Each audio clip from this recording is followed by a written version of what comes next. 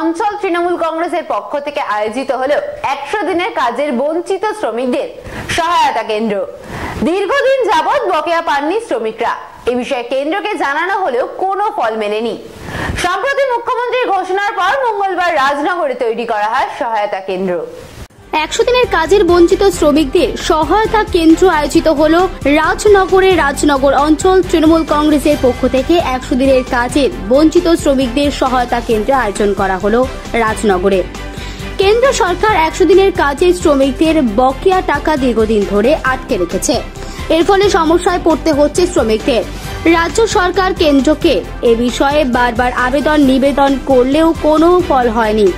সম্প্রতি মুখ্যমন্ত্রী মমতা বন্দ্যোপাধ্যায় ঘোষণা করেছেন রাজ্য সরকার 100 দিনের শ্রমিকদের টাকা মেটাবে।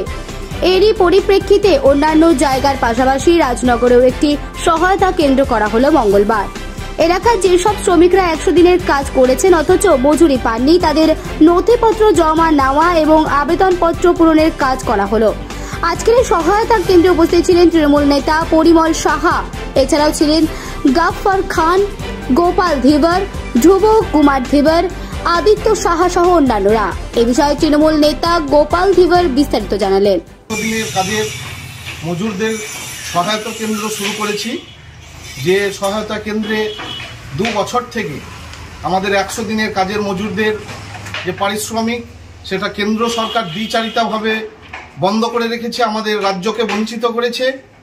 আমাদের মাননীয়া সর্বভারতীয় নেত্রী মমতা ব্যানার্জি সহ অভিষেক বন্দ্যোপাধ্যায় বিভিন্ন আন্দোলনের মাধ্যমেও অনেক চেষ্টা আমরা চালিয়েছি, কিন্তু তারপরেও আমরা সেই পারিশ্রমিক পৌঁছে দিতে পারি নাই।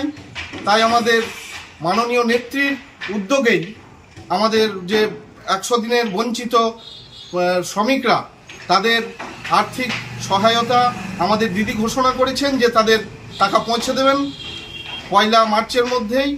তাই আমরা এই সহায়তা কেন্দ্র চালাচ্ছি। যে সমস্ত মজুররা এখনো বাকি আছে তাদের ফর্ম ফিল আপের মাধ্যমে আমরা তাদের কাছে পৌঁছে